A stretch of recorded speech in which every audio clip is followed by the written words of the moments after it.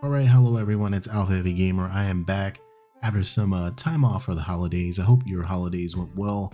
But for my first video of the year, instead of focusing on the present, I'll be taking a retrospective glance at 2023 and pinpointing what, in my opinion, were some of the most disappointing vehicles introduced.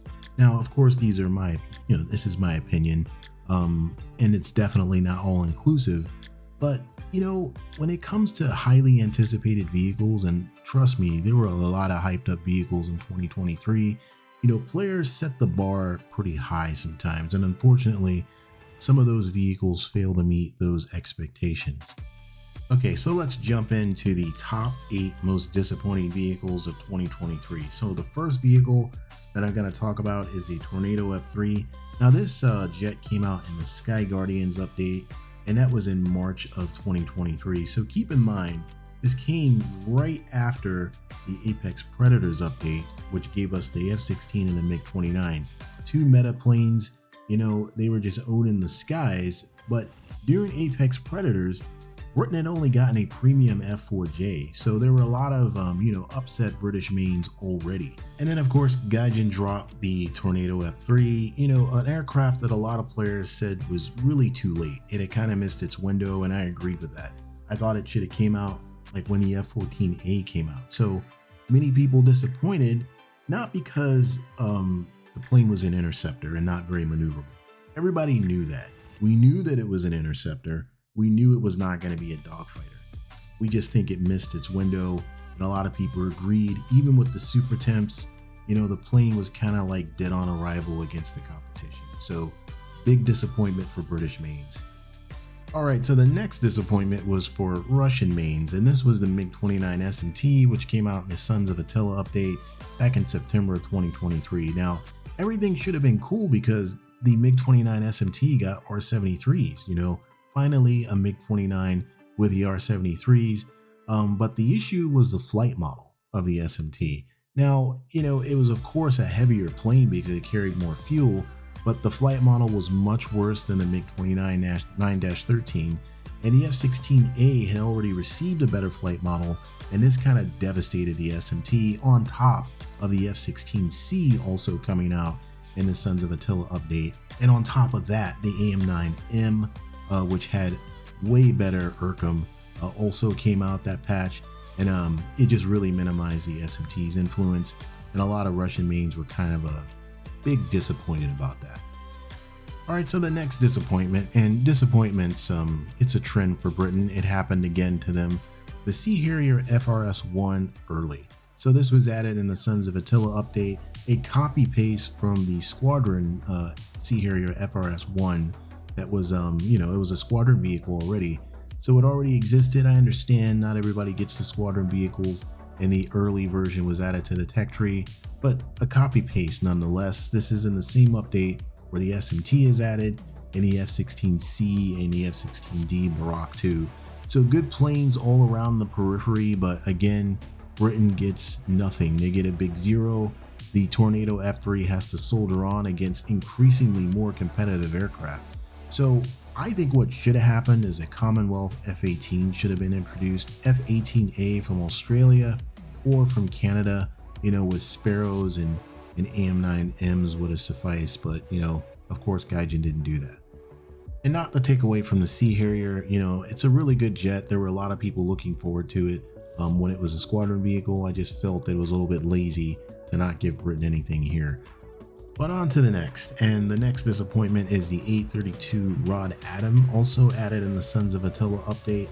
So Sweden got a premium dud of a plane, that patch. It was already in the tree. There's already a tech tree A32, but they got a premium one. The problematic issue with this is it being at 9.0 BR. It faces all aspect infrared missiles, it faces R60Ms, AM9Ls. This plane is just food, pretty much, for all the other jets. People were waiting for the JAS-39 Gripen, like almost ever since Gaijin dropped it, right? Because there hadn't been anything new for Sweden since the J37D was added in Apex Predators. So getting the A32 Rod Adom was kind of a slap. It's a good plane. at its BR, but it doesn't have any, it only has chaff, it doesn't have any flares, and it's just constantly getting trounced on. I mean, you best just use this in ground RB only. Alright, so the last jet here in Germany does suffer, and that's the Tornado ID WD61. So this came out in the air superiority update, and it's literally just a copy paste with very limited weapon choices. I mean, it's not a competitive jet with anything that was added in air superiority. You know, Germany pretty much is going to have to soldier off the Mig29G. I know there's not much left for Germany, but Gaijin, you know, they could have gotten creative with a Swiss F18C. I know the Hornet, you know, is my, you know, thing to fix everything, but they could have done that. You know, they could have given a Swiss Hornet just with the AM7Ms and the AM9Ms. That would have been fine. Alright, so moving on to ground here, and the first vehicle that I'll bring up is the Kf41 Links that came out in Sons of Attila as well. You know, I made a video on this thing and absolutely nobody cared about that video. I hardly see anyone playing this at all. And you know, and when I played it, you know, I felt it was over tiered at 10.7. It doesn't carry enough spikes. For some reason, everybody was scared like crazy of the spikes. Everybody was like, it's gonna be the end of the game when spikes get introduced. Oh my gosh, it's the end of everything. Spikes are some of the worst missiles in the game. They really are. And like I said, this vehicle only carried 2 of them. Its APS was unreliable. And like I said, maybe nobody cared about this vehicle because it was in the Italian tree, but it was a pretty big disappointment. Alright, so next up is the M1A2 SEP-V2, and these were in no particular order other than I'm talking about ground vehicles now. So, air superiority update. I didn't make a video on all the controversy about this vehicle because I just think everything that needed to be said was said. There were literally no improvements really in game over the M1A2 SEP. The armor layout is controversial. It gained more weight, Gaijin, because it had more armor, but you know, they can't seem to find the source material for that. And you know, I'm beyond that. I don't want to get into it. But a lot of US mains were extremely disappointed at Gaijin's execution of the M1A2 SEP-V2 and basically how they sourced references for the M1A2 SEP-V2, and it just seems like they really are reaching when it comes to other vehicles. You know, I don't want to come out right out and say things are biased towards Russia, but sometimes it leaves me really scratching my head on how Western vehicles get implemented. But anyway, M1A2 SEP-V2 extremely disappointing to US mains. I know a lot of people that aren't even bothering to grind this.